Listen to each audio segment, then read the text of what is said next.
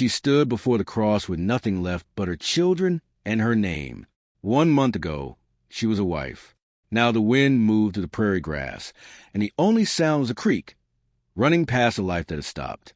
For words on a piece of wood. That was all that remained of 9 years. Of laughter at the dinner table. Of plans whispered in the dark. Thora Lindqvist, beloved, 2 small hands held on tighter, because they didn't know what else to do. Grief does not always look like tears. Sometimes it looks like a woman who has decided, quietly, completely, that she will not fall. The lines around her eyes were new, but the fire behind them, that was older than the pain. They came dressed in concern. But Thora had learned long ago that the most dangerous men never arrive with a weapon. They arrive with a smile and a debt they now own. She recognized Garrett Holloway before his horse had stopped. $47. 60 days. And the kindest thing he could offer her was to leave. He called it generosity. She heard it for what it was.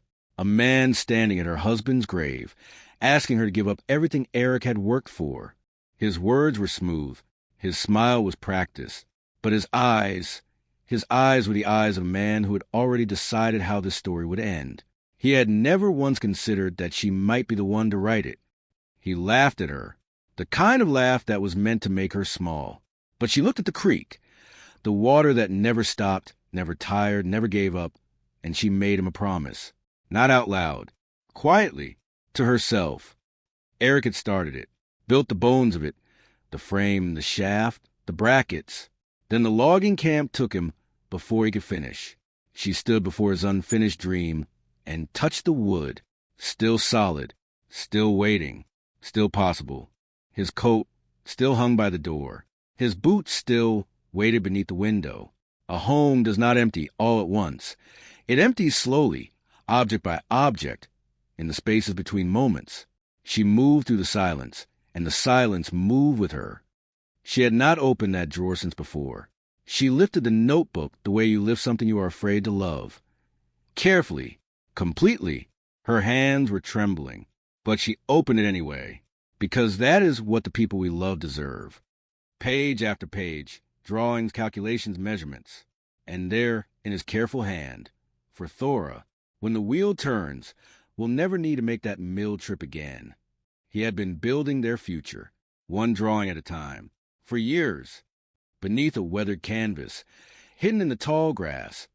2 massive stones of gray granite. He had bought them in secret, paid for them, hidden them, waiting for the right moment to show her. He never got that moment, but she found them anyway. There are women who understand grief not because they have studied it, but because they have survived it. Mrs. Bergstrom sat across that table and did not offer comfort. She offered something rarer. She offered belief. At 3 a.m, when sleep had abandoned her, she found it, not in a dream, not from someone else. She found it in a candle's worth of light, in a dead man's drawings, and in the sound of a creek that never stopped moving. She walked across that field a different woman. Grief had not left her. It never fully leaves. But now it walked beside her instead of on top of her. She had a direction. She had a plan. And she had 3 words. I need help. Lars Bergstrom had carpenter's hands and a quiet manner. He looked at Eric's drawings and said what no one else had said to her in weeks. These calculations are solid. The hard part is already done. For the first time, the weight on her chest shifted. He came to remind her she was losing. He left without realizing she had already changed the terms. She did not explain it to him. She simply kept working. Some battles are won before the other side even knows there is a war. The first week gave her blisters. She wrapped them and kept going. The second week gave her calluses. By the third, her hands had stopped complaining. The body, it turns out, will follow wherever the heart refuses to stop. Sine held the boards. Anders gathered the shavings. They were too young to understand what they were building, but they understood this. Their mother needed them, and so they showed up every single day, without being asked. She looked at her own hands and barely recognized them. A month ago they had been soft. Now they were marked by wood, by work, by will. She still wore his ring on her left hand, and everything else she had built herself. For attempts, 4 failures. 22 days gone. 38 remaining. She looked at the ruined gear on the floor and did the only thing left to do. She said, "Then we cut again." Not loudly, not bravely, just again. On the 5th attempt, the teeth met and held. Lars turned the gear slowly, and it moved. Smooth. True. Perfect. They laughed. Not the laughter of celebration, but of people who've been holding their breath for 3 weeks and finally remembered how. 400 pounds of granite. No oxen. No men.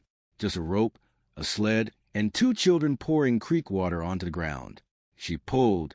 They poured. It moved. Not because it was easy, but because she refused to let it stay. On the 37th day, Lars stepped back and said 2 words. "It's done." The wheel stood complete. 6 feet of shaped oak, 8 paddles, 1 dream made real. All it needed now was water, and the creek had been waiting 37 days to help. He looked at the wheel, and then he looked at her, and for the first time, something shifted in his eyes. The widow he had come to collect had become something he did not have a word for. She did. She was Thora Lindqvist. They came with 3 sacks of wheat and a skepticism earned by hard years on the frontier. Mr. Bergstrom had seen too many things not work, but his wife had seen something in Thora's eyes that he hadn't. She had seen certainty. She closed her eyes. Maybe she was praying. Maybe she was saying goodbye to the version of herself that had stood at a grave with nothing. Or maybe she was saying hello to the woman on the other side of this moment. Then she pulled the lever. The water hit the first paddle like a fist. The wheel groaned, then turned, slowly at first, then faster, then with a power that no single person could ever match. The creek was doing the work now, just like Eric always said it would. Golden and fine as silk, the flour poured into her hands. She lifted it slowly and let it fall through her fingers. 20 minutes. That was all it had taken. What once required 2 days of travel and a miller's toll took 20 minutes and a creek. Mrs. Bergstrom covered her mouth with both hands, not because she was surprised, because she was right. She had believed in this woman before this woman had believed in herself. And there is no feeling in the world quite like that. Word spread the way only good news does, faster than anyone expected. 1 family became 3. 3 became 8. Wagon after wagon rolled down that dirt track, carrying grain and something else, something harder to name. Hope. $16 in coin.